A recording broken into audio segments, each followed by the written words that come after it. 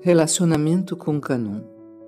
Como há muita gente interessada em saber qual é a relação entre mim e Canon, a partir de agora vou explicar.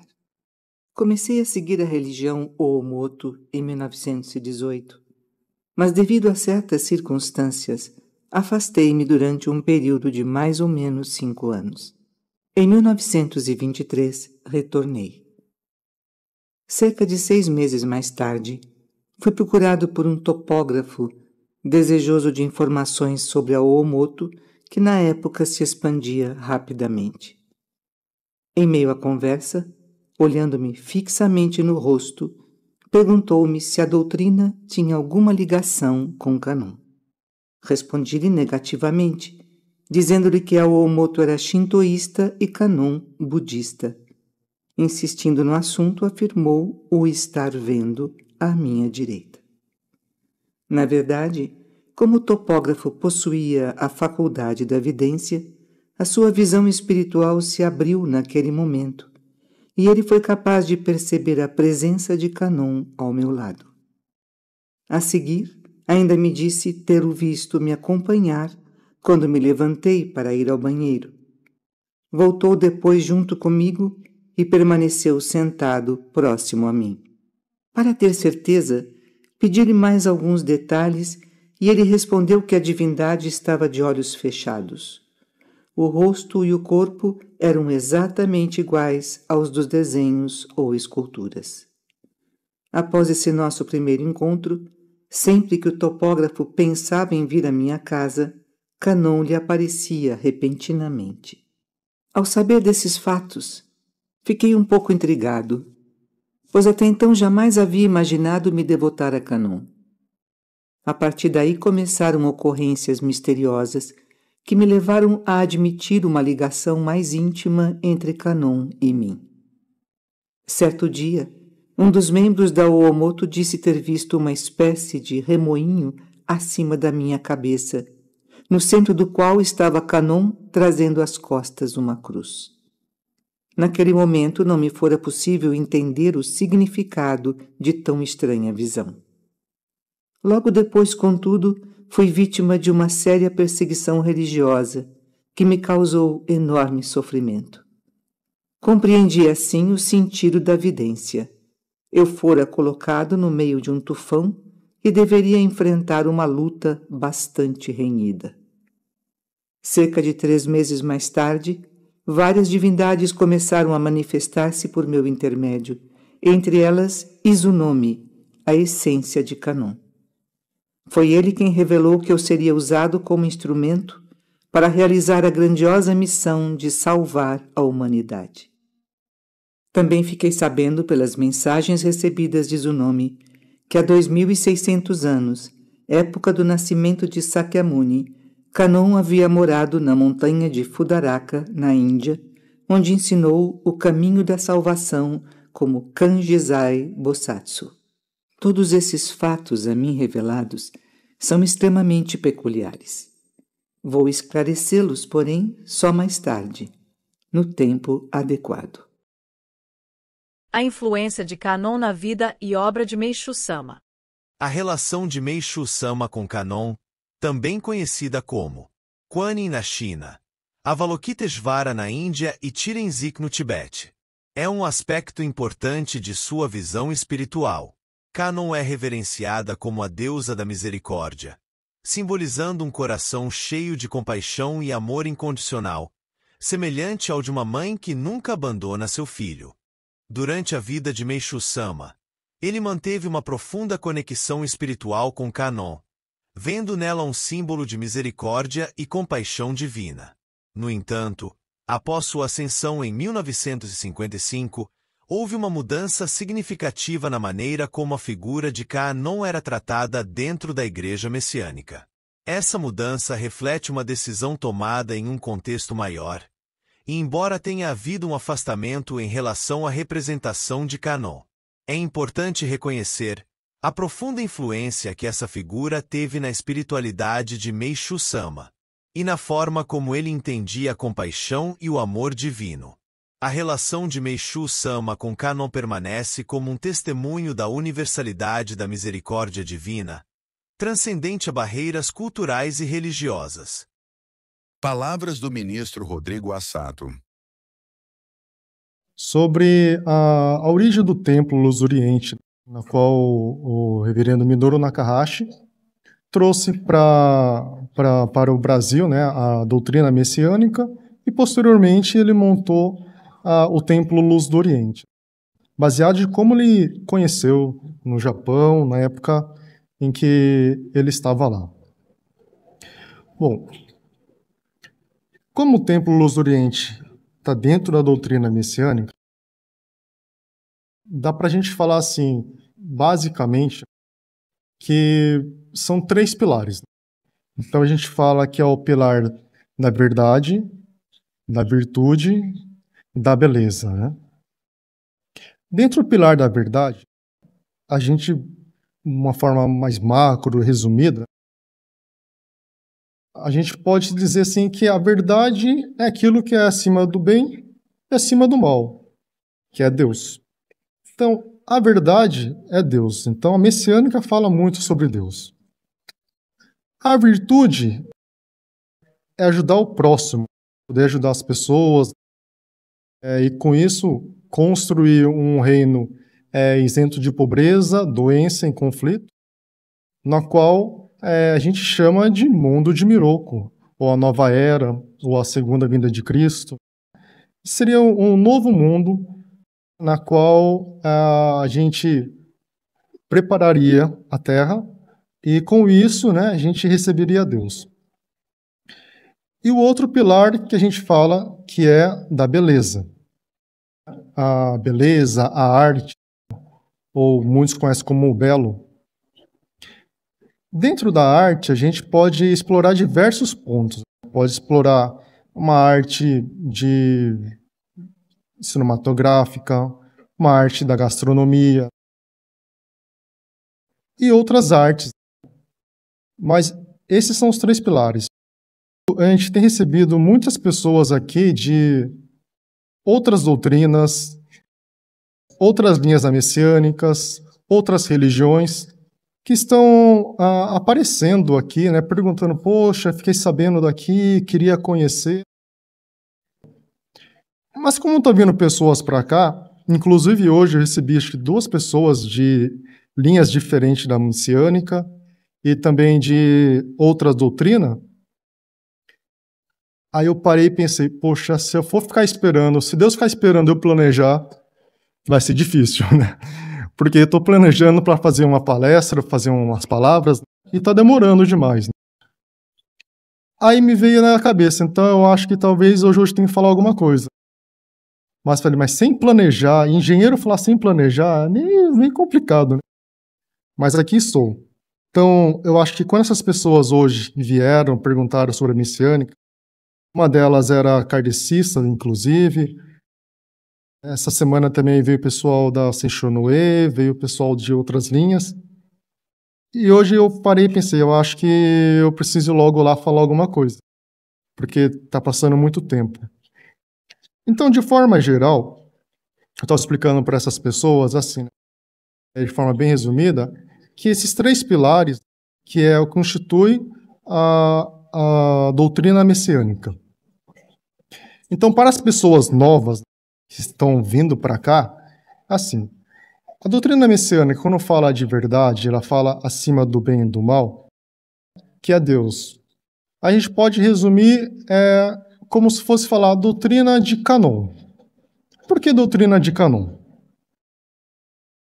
Kanon é uma divindade que ela, se você for ver vários escritos antigos, ela vai procurar, sempre tem uma referência sobre Kanon, uma pessoa boa, que ajudava as pessoas sem se amostrar, muitas referências com Kanon com o manto, na qual mesmo o Meishu Sama ele relata que essa divindade ela tinha que atuar de certa forma meio que escondida, porque na era da noite poderia ter algum problema. Então, ele sempre ajudava sem querer nada em troca. Então, assim, Se a gente for fazer uma linha e for analisar entre as outras religiões, a gente vê algumas referências. Até mesmo nos Antigo Testamento, se você procurar, você vê sobre uma divindade que ajudava muitas pessoas. No budismo, a gente vê que no próprio budismo, que a maior referência sobre Kanon está dentro do budismo, aí tem diversos tipos de budismo, por exemplo, assim. No Japão, é chamado de Kanon. Na China, de Kuan-Yin. Aí você vai para o budismo indiano e tibetano, você vai encontrar com uma Avalokitesvara. Todos Kanon. Então a gente vê que Kanon ajudou no budismo. A gente faz uma relação hoje, mais ou menos, com uma divindade que ajudou muito no cristianismo. A gente vê uma relação muito próxima. É difícil dizer que realmente mas pelas características que apresentam, Maria, ela é uma divindade como o padroeiro do Brasil também, mas Maria, ela tem essa característica da misericórdia. Então, ela tem muito essa linha de Kanon. Então, até mesmo o reverendo, Minoru Nakahashi, quando eu estava no seminário em 2010, ele falava muito para a gente que as características de Maria, nesse ponto, é muito similar, que ajuda as pessoas de qualquer forma. Mesmo que a pessoa fez coisas boas ou ruins, não importa, ela sempre está lá rogando pelas pessoas. Então, o Kanon, ele é dessa forma, ele vem sempre ajudar. Então a gente vê que ele formou outras religiões. E na messiânica também, a gente vê que Kanon sempre, mesmo o Meishu-sama sendo da Omoto, que é uma religião shintoísta e não budista, que não tem Kanon como imagem na própria Omoto, ou no shintoísmo.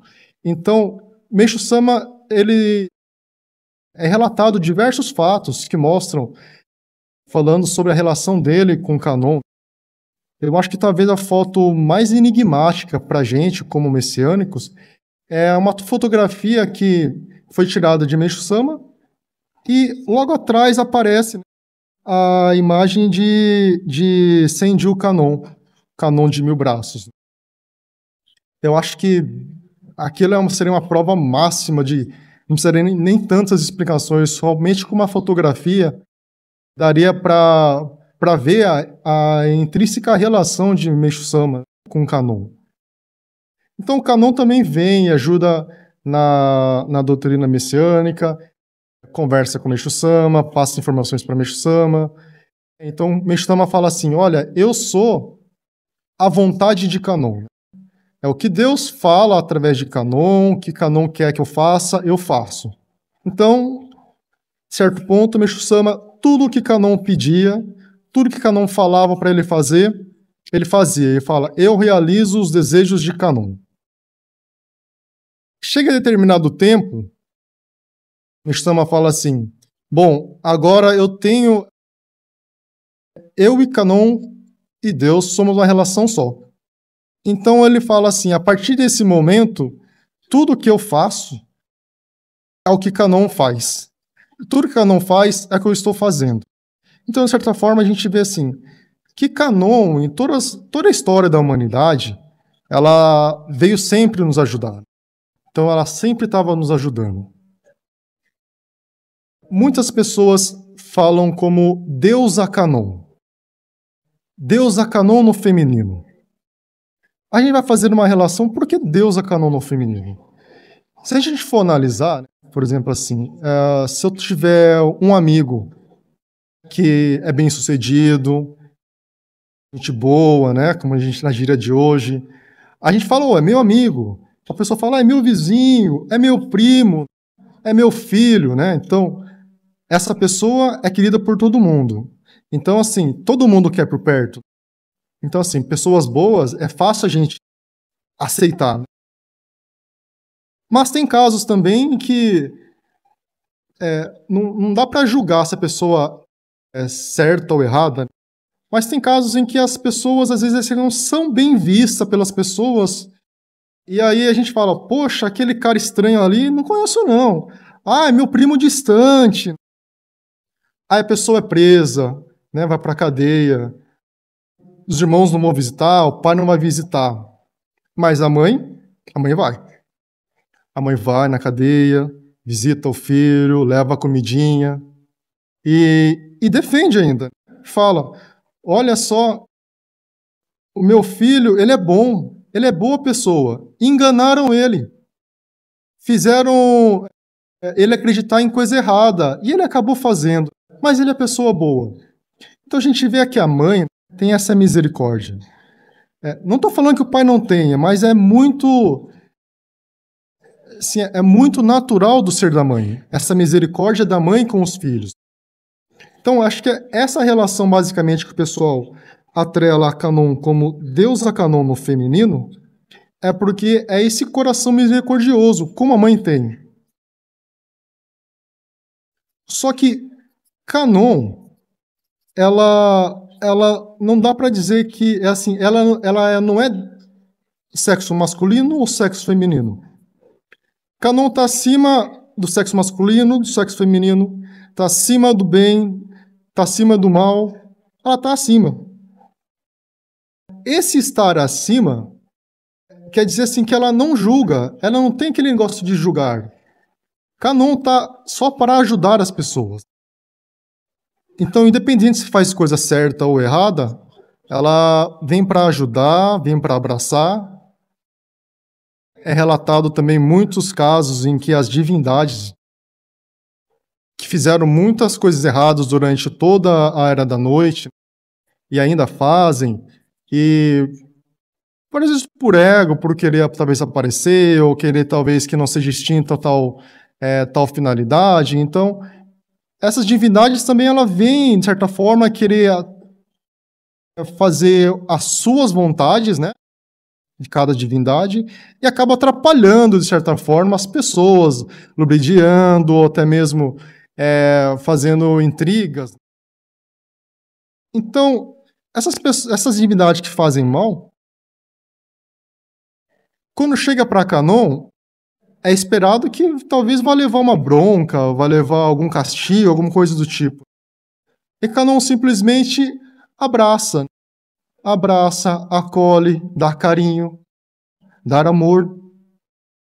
E com isso as divindades, aquelas que a gente olharia e ficaria morrendo de medo, essas divindades que fazem muitas coisas erradas, vamos dizer assim, Canon não importa com isso. Canon vai e abraça, até mesmo essas divindades que tem ego, seja como for, para ela não importa. Ela abraça. E essas divindades, quando recebem o amor de Canon, choram. Choram de tamanho complacência, tamanho amor que Canon tem. Vocês já ouviram falar da Torre de Miroco, a cidade de Ribeirão Pires, né, que está construído, está sendo feito todo o complexo, né, as obras no entorno. A torre, né, chamada Torre de Miroco, elas são 5 andares. Né? Só voltar um pouquinho atrás. Antigamente, tinha-se estátuas, fazia estátuas de divindades para poder rezar. Mas daí com, vamos dizer assim, as caças, as religiões, os regimes dos governantes em si, eles começaram a dizer que as religiões não eram boas e começaram a destruir religiões, templos, estátuas. E com isso, então, não podia mais fazer estátuas, porque eram destruídas. Então, uma das formas de se fazer, para não parecer que era uma estátua, uma divindade, foi feito em formas de torres. Então você vai ver torres na China, torres no Japão ou no Oriente em geral, que a torre representa um corpo. Por exemplo, são 5 andares no caso da Torre de Miroco, então seria cabeça, pescoço, coração, assim, a barriga, as pernas, assim, representa um corpo de uma divindade, como se fosse uma estátua. Então de longe você consegue ver uma torre Se você olhar do lado espiritual, você vê realmente um formato de uma divindade. Então, dentre esse corpo todo, que tem membros e tudo mais, é a Torre de Miroco, que, traduzindo para o português, Miroco seria como se fosse Miroco, seria Deus, né? Então seria a Torre de Deus, né? Então, tem o formato do corpo de Deus, a Torre de Deus. E dentro dele, a gente tem uma estátua de Rinode Kanon. Rinode Kanon foi feito um desenho que Meishu Sama fez, né? Uma caligrafia, uma imagem, como Rinode Kanon. Existe Kanon da Era da Noite, que tinha que trabalhar com as vestes escondidas, então muitas referências que você vai ver, muitos Kanon com um manto, um gorro escondendo o rosto, para que com isso ela não fosse identificada. Só que Sao de Meishu Sama, que Deus passa para ele, fala assim, na hora certa, Kanon tira o manto e mostra quem realmente é. Ele não precisa ficar trabalhando assim, de forma, talvez como clandestina, ou escondendo para ajudar as pessoas, para não ser pego pelas entidades negativas. Então, nessa hora Kanon tira o manto e mostra quem ele é.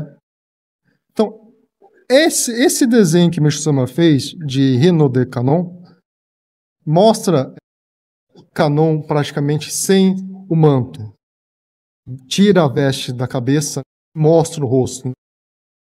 O reverendo até comentou que o formato que dá para ver é que ele tira o manto e amarra. Então você vê até nas vestes deles amarrado assim. Então, esse Rinode Kanon foi por muitos anos a imagem principal da igreja messiânica. A Meishu Sama fez e colocou como a imagem principal. Posteriormente, com os tempos, ele foi fazendo outros tipos de imagem, foi apresentando outras, né? Mas assim, então, a gente vê a Torre de Miroco. É um corpo de uma escultura. É a Torre de Deus. É o corpo de Deus. Por fora, todos os membros. E por dentro, acho que nada mais justo, como o coração de Deus, que é a Kanon. Então, Kanon, quando entra na torre, está dentro da torre, então ela fecha essa Torre de Miroco. O corpo externo e interno, o coração de Deus, que é a Kanon. Deus da misericórdia, a parte mais nobre do coração de Deus. Templo Luz do Oriente. Domingo, às 10 horas. Culto mensal de ação de graças. Direto da Torre de Miroco, em Ribeirão Pires. Transmissão ao vivo pelo YouTube.